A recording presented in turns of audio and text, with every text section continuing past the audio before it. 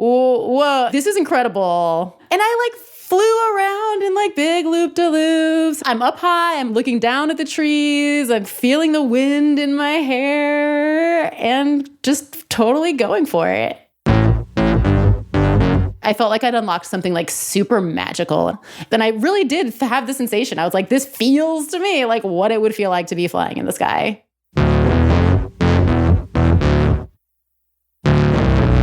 Hi, I'm Wendy Zuckerman and you're listening to Science Versus. Today on the show, we're pitting facts against flying as we swoop into the world of lucid dreaming.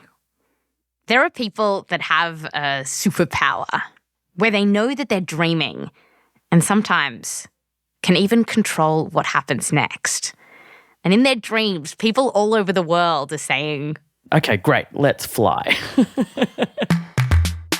And that's what I did. I was just flying up and down the staircase. I found myself flying through a beautiful landscape, I guess similar to New Zealand.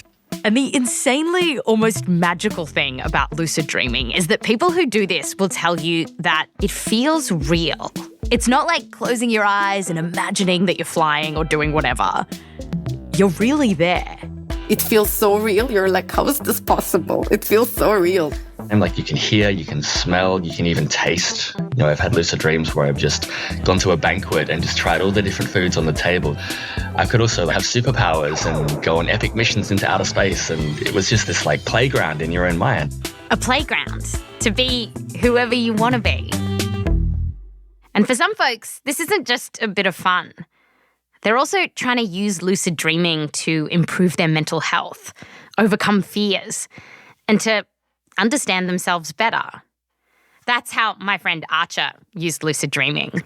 He's the guy going, whoop, whoop, flying down the staircase. Archer is a trans man. He wasn't born with a penis. And for years now, he'd wished that he had one. So in a lucid dream, I decided to summons a penis. And then the penis appeared. I made one in a dream. How did it feel? A bit underwhelming. So I tried it out in a dream. I used it in a sexy way and it was like, this is fine, but it wasn't amazing, not this great thing that I needed to complete my body and then I would be a happy, healthy guy out in the world. How big was this for you? How big was it?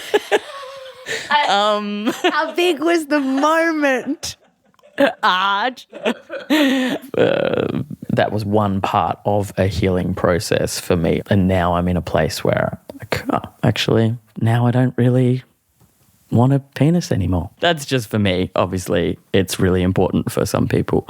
Have you since practiced lucid dreaming for any other kind of sexy dreams? Yeah. I mean, I'm only human. Yeah. This is a magical power you have. So today on the show, we are going to teach you how to lucid dream. That's right. Scientists have studied the best way to get this superpower, and we will reveal their peer-reviewed secrets. We'll also explore how researchers are trying to harness the strange powers of lucid dreaming to help people through trauma and depression, and to crack these huge scientific mysteries, like what is consciousness? And what exactly goes on in all of our heads when we're asleep? When it comes to lucid dreaming, there's a lot of let's fly. And then there's science.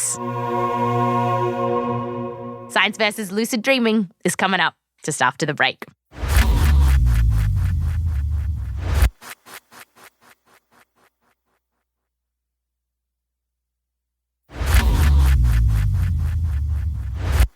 Welcome back. Today we are flying into the dream world, or at least we're trying to. And if we want to channel lucid dreaming to improve our lives, the first step is to learn how to do this. Because for many of us, it doesn't come easy. I mean, studies find that around half of us will have had at least one lucid dream in our lifetime. But not all lucid dreams are created equal. For me, the best I've gotten is that I'll realize I'm dreaming for a moment, and then I either wake up or go back to regular sleep. And my lackluster lucid experience is pretty common. One study reckoned that only around a third of people who lucid dream can manipulate what they're doing in their dreams. So how can we up our game and learn how to become gods in the dream world? For this, we need Dr. Denholm Adventure-Heart, a psychologist in Brisbane, Australia. Denholm lives with sciatica, which can cause this nasty pain throughout his body. And several years ago, things got really bad. When it was at its worst, it was so limiting that it was very difficult and painful to even take the bins out at night. There were some days when he could barely get out of bed. Well, unless he was lucid dreaming. Every now and then, Denholm would find himself in a lucid dream. And there, he could escape his illness. I could do anything. Not only could I get up and run and, explore and go to new worlds and whatever my imagination could conjure, it actually really helped my quality of life because it gave me something to be excited about. The problem was that Denholm couldn't play in this playground very often. He'd go to sleep and night after night, no running, no new worlds. And he'd wake up still stuck in bed, in pain. So Denholm decides that he's going to train himself to get better at lucid dreaming.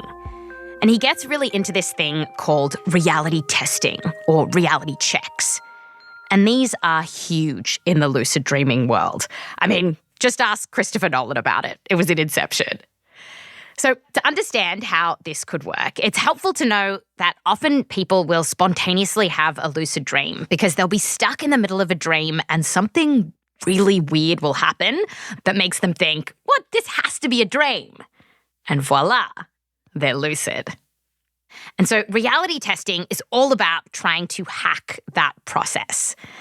So here's what Denholm would do. While he was awake, he'd close his mouth tightly and then try to inhale through his mouth. Wait, I'm going to try it. So you've got your mouth closed. Yeah, and then try to inhale, with your lips closed. And it doesn't work, right?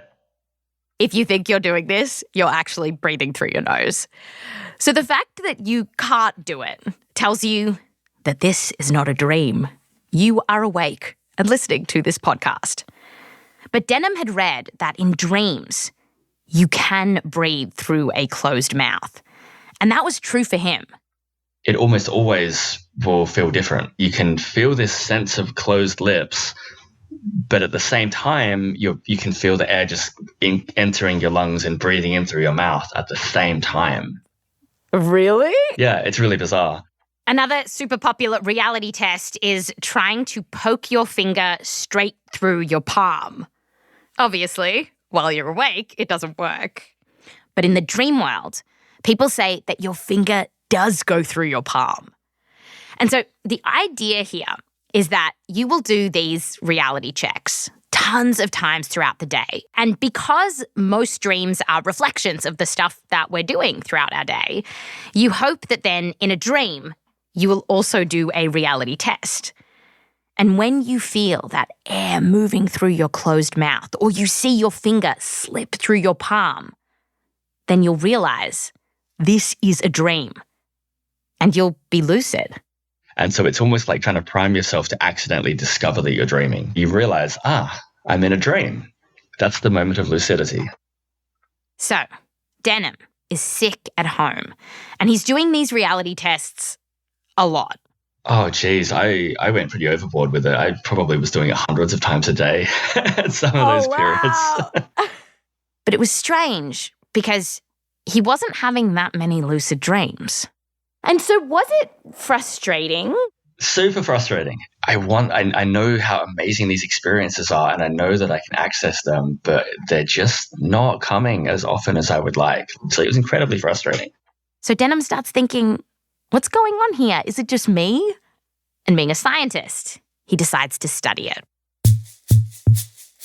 He sets up an experiment recruiting more than 350 people from all around the world, making this the largest study I could find on inducing lucid dreams. To get a baseline for 7 days, everyone would record how many dreams they were having and how many of those were lucid. Then, Denholm puts everyone into different groups. Some are told to practice reality testing. They do it for 7 days, and guess what? Reality testing didn't seem to really make that much of a difference. That's very interesting because I have spoken to quite a lot of lucid dreaming academics and asked them all, how should I do this? And they've all said, you should try reality testing. Like, it's so embedded in the zeitgeist around lucid dreaming, and yet your study found it actually didn't work. Oh, it was very surprising because, like you said, this is like the common wisdom is do reality testing, like, and the more the better. And it's not even like doing it 100 times was better than 10. It didn't actually seem to matter that much. And so it kind of goes against the grain of what most people will tell you. Other smaller studies have found this too.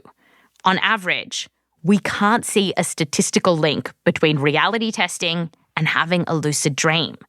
And one reason for this could be because reality tests can fail, in that even in your dream, you still can't put your finger through your palm, which makes perfect sense. We know that dreams are super subjective, unlike what you might read on a lucid dreaming Reddit post. There's no physics or biology in the dream world that means your hands are made of putty. But in Denholm's study, he was testing other lucid dreaming techniques as well. And he did find something that worked. It's called mnemonic induction of lucid dreams. And in Denholm's study, on average, about 1 in 6 times that people tried this method, they had a lucid dream. 1 in 6. Wow, that's a pretty good rate, right? It's a very good rate. Here's what you've got to do. You set your alarm clock. Yeah, so it goes off at about 5 hours after you've gone to sleep. That's rubbish, 5 hours. Yeah, look, it's a bit of a necessary evil, unfortunately. You're waking up at around 4 or 5 a.m. because you're trying to catch yourself in REM sleep, which is where most of us have our lucid dreams. Okay, so once you wake up, imagine yourself being back in a dream, ideally the one you were just in. Imagine yourself walking around, noticing something like a pink elephant or something strange.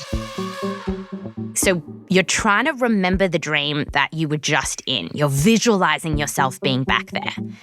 And what you're doing is trying to notice something unusual that might make you realize, hey, I'm dreaming. And as you're awake, repeat this mantra. Next time I'm dreaming, I want to remember that I'm dreaming. You keep doing it until you really are feeling into that intention that next time I'm dreaming, I want to remember that I'm dreaming. Like that strength of intention's got to be strong. Once that's set, then you just go back to sleep as normal. In Denholm's study, people were roughly 3 times more likely to have a lucid dream after doing this compared to that week where they weren't doing anything special. And other studies have found that this technique works as well. As a little tip, if you can go back to sleep quickly within 5 minutes after doing all the mantra stuff, you up your chance of having a lucid dream even more. Plus, the people in Denholm's study who had never really tried lucid dreaming before had a similar success rate to those who were more experienced. So it shows that even beginners can learn this quite quickly. Do you think that everyone can have a lucid dream? Like if they really put their mind to it, do you think we're all capable of this? I don't know for sure, but if I had to hazard a guess, I would say there probably are some people that could spend a lot of time on this and still not be able to lucid dream. But I would say for most people, it's a learnable skill. A learnable skill, you say? Next time I'm dreaming, I will remember I'm dreaming. Next time I'm dreaming, I will remember I'm dreaming. And Next time I'm dreaming, I will remember I'm dreaming. I'm dreaming. In Denholm's research, people who were far from lucid dreaming ninjas could learn this in just 1 week. So my editor, Blythe Terrell, senior producer Rose Ribler, and I, we wanted to fly. Actually, for Rose, she had a very particular dream that she wanted to conjure up. You know what? Sometimes to relax, I imagine that I've become very, very small and I'm like the height of a blade of grass and I get to walk around and sit on a mushroom like a toadstool and use a dandelion as a umbrella and that kind of thing. So it'd be kind of fun if I could do that in my dream, and then it would be really vivid and would be more real than just my awake imagination. Oh, wow, that's so cute, Rose. So I explained how we were going to do this, that we'd wake up 5 hours after going to sleep. We would try to remember the dream we were just in. We'd think about all the weird stuff that obviously makes it a dream. And then we'd say the mantra. It should take 5 to 10 minutes. 5 to 10 at 4 a.m. or whatever? Yeah. Man, you guys have your work cut out for you. I'm glad I can already do this. So you are just here to brag. Confirmed. Yeah. Astute ears listening to this podcast might notice that Blythe was one of the voices you heard at the start of the show. She was flying in a lucid dream, doing those big loop-de-loops. But Blythe can't do this very often, so she wants to see if she can supercharge her superpower. And Rose and I are going to find out if we can control things in our dreams for the very first time. I'm excited. I'm pumped. How are you feeling, Wendy? I am not optimistic at all, in fact. For me. But I'm really trying to have a positive attitude. All right, meet back in a week. Give ourselves a week. Okay. Okay, this is day 1 of the lucid dreaming experiment. Okay, I just woke up. I don't remember what my dream was. Okay, but so I'll try to remember a different dream. I can't remember any dreams. I actually woke up during a dream where I was covered in ticks, making these huge abscesses on my legs. That's really gross. Okay, next time I dream, I will remember I'm dreaming. Did the mantra, but no outcome. Well, spoiler alert, it didn't work. I did not lucid dream. Day whatever. It didn't work. Another flop today. Yeah, I don't know. It sucks. It's not for me. So it's not going great, but I'm not giving up. I'm too curious. I want to know what it feels like to walk around inside my own mind. And soon I start looking around online for things to help me. There's this drug that people talk about called galantamine. It sounds like something out of Lord of the Rings, but we think it keeps you in REM for longer than normal, and researchers actually found that it can up your chance of having a lucid dream. But it's only really been studied by getting people to take the drug when they wake up at stupid o'clock anyway, while they're doing the technique that we're already doing. Plus, the drug has some side effects. So, forget it. There are also masks that you can get for sometimes thousands of dollars, claiming that their lights or sounds can help you, quote, unlock the world of lucidity, where everything is possible, end quote. And the idea behind some of these masks is actually really interesting because there is research that shows that if you, for example, play someone a particular sound, like 3 beeps, while they're awake and doing a set of instructions about becoming lucid when they're dreaming, and then you play that same sound when they're asleep, it could cue you to become lucid in that moment. But when it comes to these masks that you can buy online, very few have actually been tested or shown to work. After the break, we go deep inside the brain to find out how people can control things in their dreams.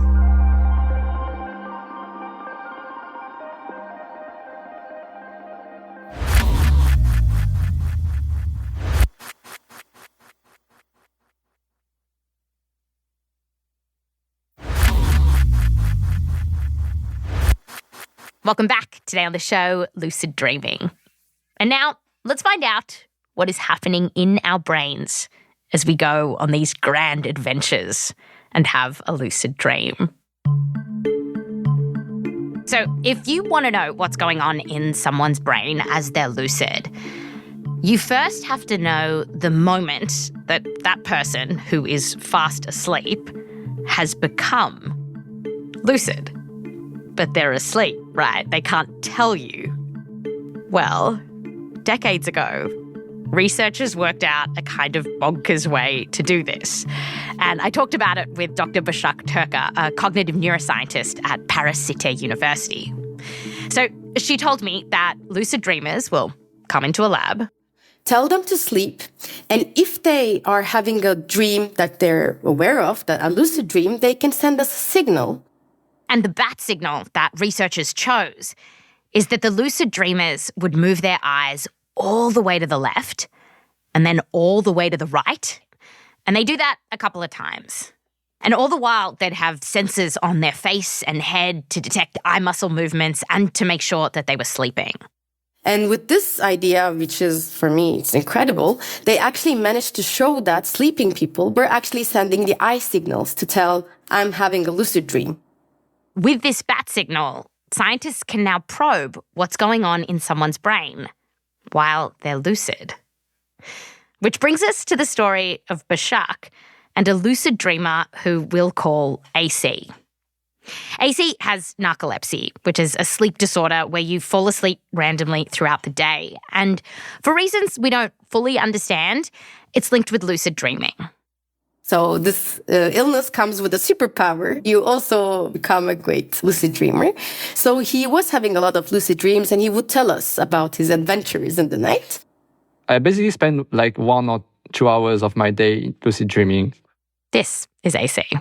So for me, it's like having a second life. So, and I don't usually talk about it because nobody wants to hear about it. Because no one wants to hear about your dream. AC had been involved in some lucid dreaming experiments where he had to do the bat signal to indicate he was lucid. But he wanted to boldly take lucid dreaming science where no one had gone before. And Başak and her colleague were intrigued. So we thought, okay, that's great. So we can maybe do a little experiment on you. It was in the afternoon. There was a room free. And it was like, okay, let's try something. The plan was simple. Başak and her colleague would ask him yes-no questions while he was fast asleep, but lucid.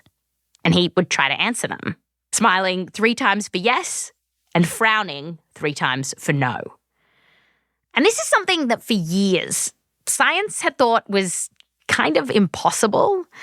I mean, sometimes you might ask a partner in the middle of the night, hey, did you take the trash out? And they kind of respond. So they answer and they mumble. Usually they're like, nah. And sometimes it makes sense and sometimes it doesn't. We call them microarousals. So your brain kind of wakes up for a second. So if you look at their brain activity, you can see that they're not asleep in that moment. You might have woken them up. We also know that in some of the earlier stages of sleep, you are aware of the awake world. But once you are conked out, dead to the world, in deep sleep or REM, you're not supposed to answer questions. So, Başak and her colleague put sensors all around AC's head and face to measure whether he's asleep and what his mouth muscles are doing. Başak tells AC, nighty-night, or whatever scientists say to each other. And AC lays on the lab bed and goes to sleep. But I think we were still a bit naive we're like, yeah, let's try. But we didn't really, we were like, it might work, but it might not work. AC is in deep sleep, and they could clearly see it on the sensors. But in his dream, he was in an epic battle. I was fighting goblins with a sword. Yeah. He becomes lucid and signals to Başak using the bat signal. And then we asked him, for example, some questions. And here's where it gets weird. AC remembers hearing those questions from within the dream. It's like a voice from above. You know, when you're in the station and there's an announcement, but you don't know where it comes from, just like that. Başak asks, Do you like chocolate? Do you like chocolate? And so I smiled 3 times. Yeah, I like chocolate. And when Başak sees the smile, she's not sure it's real. Is he really sleeping? And we were checking the brain activity. He is. It's like, but he's responding, right? And she's like, yeah, he's responding. She asks more questions. Do you watch football? Do you speak Spanish? And actually, I was lucid enough to think about, okay, I can say a couple of words, but does that mean that I'm speaking Spanish? No, that doesn't make sense. I'm gonna say no. So And you're fighting goblins at the same time. yeah, that's quite epic. And while AC is having a fine time, Başak and her colleague were starting to freak out. We were like, do you see what I'm seeing? And she was like, yes. So it was crazy because we were communicating with someone who was dreaming. And we were alone in this room and super excited and, like half yelling with excitement and half shocked. I think it was one of the scientifically the best moments of my life, I would say, when I saw that. I felt like we discovered a new element, It felt so, like we were so, I think I smiled for a week nonstop. I was so happy. And as Başak is smiling about this discovery in France, other researchers in the US, Germany, and the Netherlands are having similar experiences. In one lab, researchers even asked a lucid dreamer, what's 8 minus 6? And while he was asleep and lucid, he responded, using the bat signal to indicate 2. After Başak saw this, she studied it in more lucid dreamers, who, by the way, all had narcolepsy. And she switched up the experiment a little bit. So this time, while they were asleep, they'd hear all of these fake words like ditza, and then real words like pizza. And they had to smile 3 times for a real word and frown 3 times for a fake word.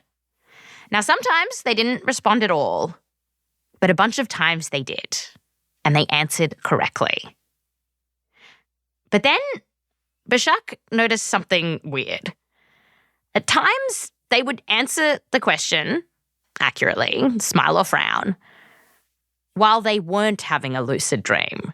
So we got a bit curious, confused, and excited at the same time. So then she recruits 22 folks who couldn't lucid dream and also didn't have narcolepsy, and she repeats the experiment.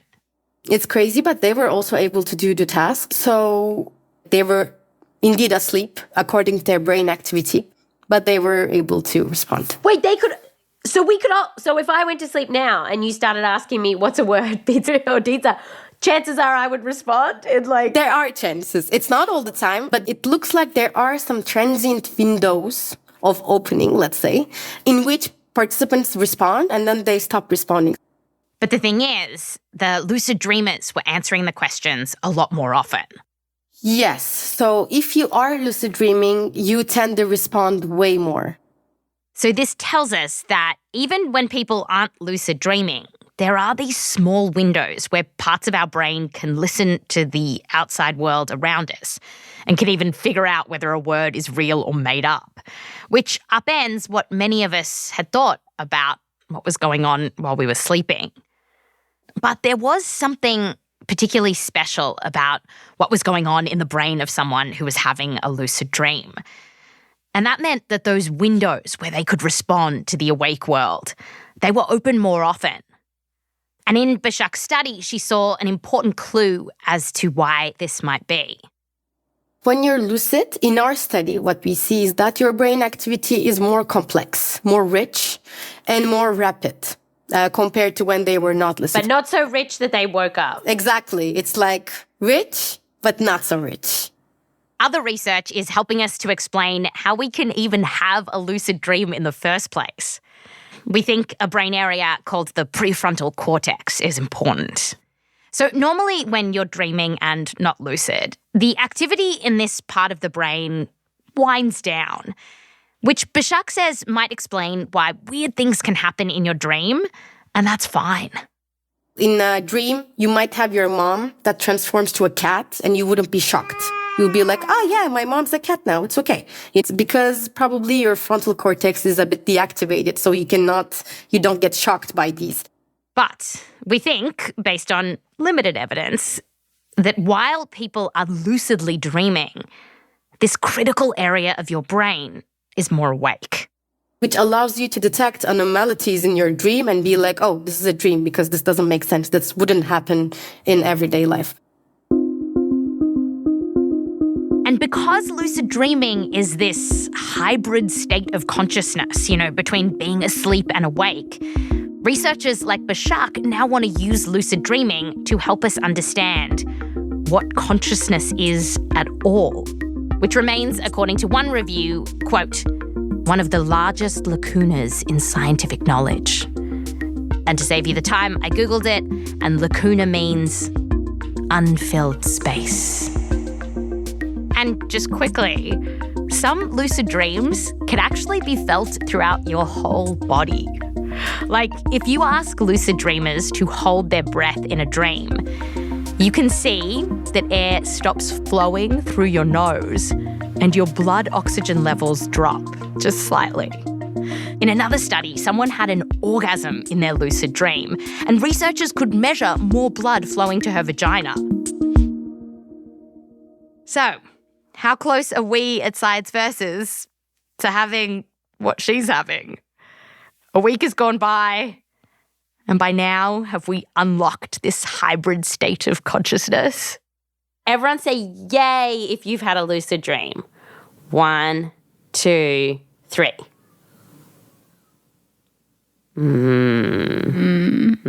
No luck. No. Blythe, you actually have this superpower. Has this supercharged your superpower?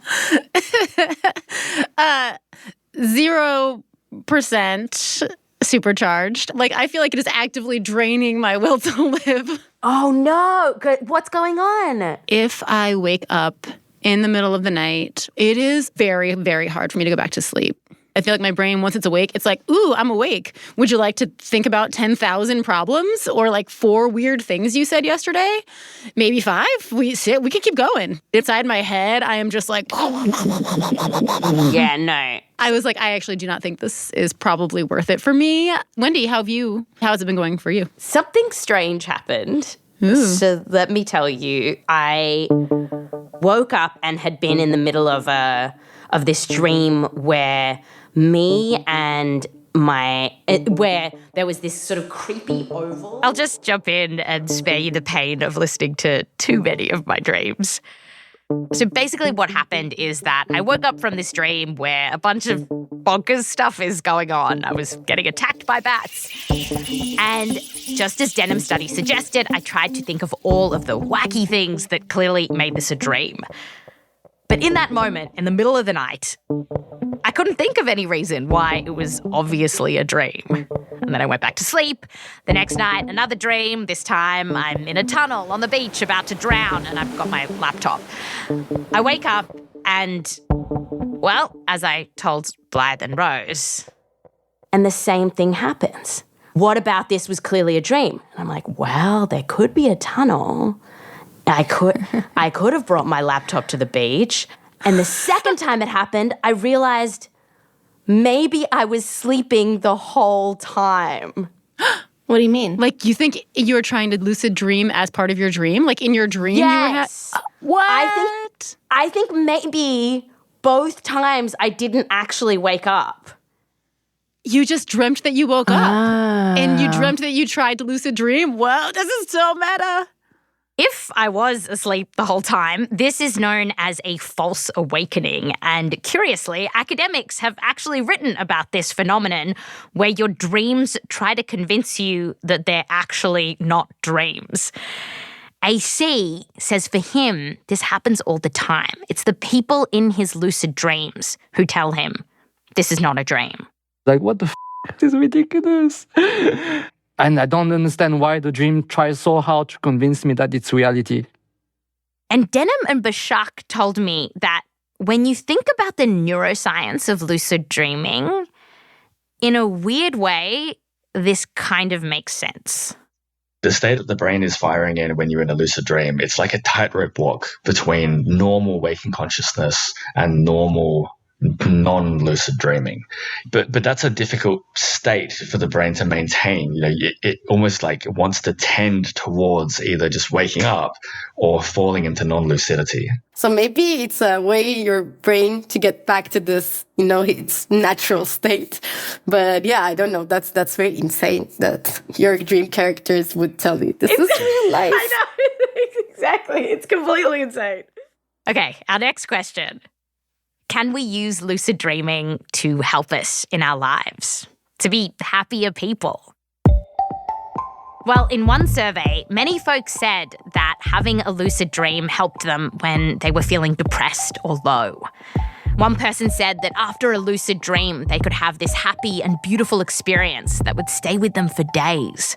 Another said, quote, "It can kickstart your day and keep you warm." And a small study found that the day after people had lucid dreams, on average, they felt less stressed. But be warned, if you're waking yourself up in the middle of the night to try lucid dreaming, we know that messing with your sleep can be bad for your mental health. Just remember Blythe. Inside my head, I am just like... And curiously, some researchers actually found a link between being depressed and having more lucid dreams. We're not sure why. And just quickly, the last thing we want to look into is whether lucid dreaming can help people who have horrendous nightmares. Which, if this happens to you regularly, it can be awful, making you anxious, having difficulty sleeping. And so there's been this idea for a while now that if you can have a lucid dream... It's like, of course, yeah, with a lucid dream, if you have a nightmare, you can do things. Change it or transform it. Brigitte Holzinger is a psychologist at the Medical University of Vienna, and she has studied this herself. She's recruited people who are having terrible nightmares about being assaulted, run over by a train, hunted by a monster. She'd teach them how to lucid dream. And she told me that it really did help some of her patients. Some woke themselves up, others would turn around and face the monster. There was one person who used to have these really frightening dreams of being chased where they had to escape. But after learning to lucid dream, they told Gita, "Now that I know that I'm dreaming, I would be stupid if I would stop this or change it. It's much better than every James Bond movie I've ever seen." Oh, wow. Now they could have fun with it. Now that there's true realization, it's just a dream. Yeah, that was all very impressive and wonderful.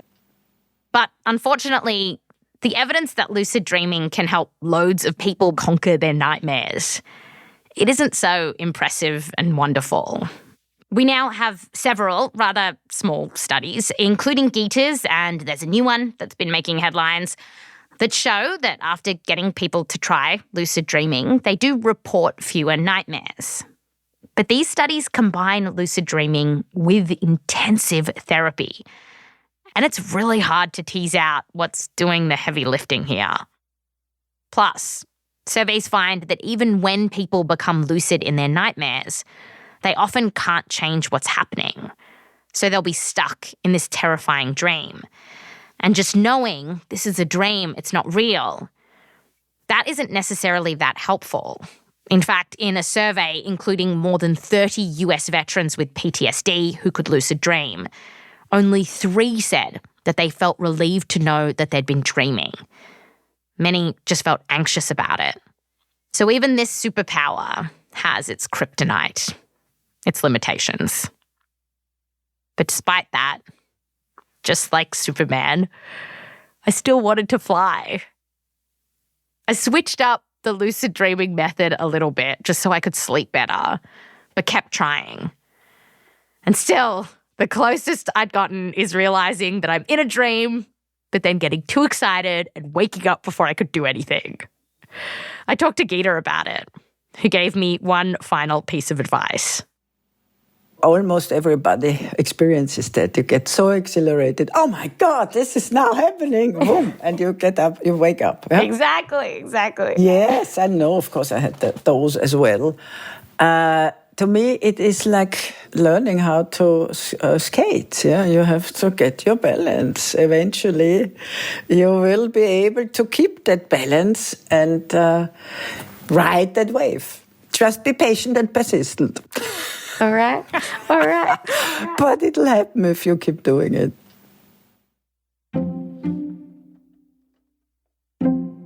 Blythe, Rose, it's the end of the episode. Everyone say yay if you had a lucid dream. 1, 2, 3. Yay! Really? Wow, it worked. You did? I had one. Oh my God, Wendy. What? I know. I did it. Oh my God. Do you want to hear the voice message I made straight after? Yeah. Yeah. Oh my gosh, I just had a lucid dream. I just did it. I was just having a nap and I just went to sleep. And in the dream, I was lying on my bed and my entire ponytail came off. And I was looking at it going, ugh. Then I was like, no, wait, this is a dream. Ponytails don't just pop off. This is a dream. And then I put the ponytail down on the bed and I just felt it. Like how everyone says you just feel, because things feel so real. And it did, and it did, and it did, and it felt like my hair. It felt like my hair. All the little strands, all the little bits of hair. It felt like that. I did it. Aw. How did you feel when you woke up? It felt awesome. I do love that the lopped off ponytail was enough of the like unreality dream world. You know, like it was the chopped off ponytail was like weird enough. Yeah, not taking your laptop into a cave at the beach. That was par for the course. But a haircut? That would never happen.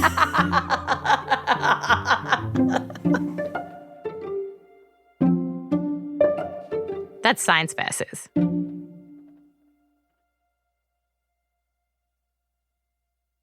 This episode has 99 citations. So if you want to read more about the science of lucid dreaming, then you just need to go to our show notes and click on our transcript, and there's a link and you'll see all of that wonderful science there awaiting you. If you want to tell us about your lucid dreaming experiences, I would love to hear it. You can find us on Instagram. We're at science_VS, and I'm on TikTok at Wendy Zuckerman.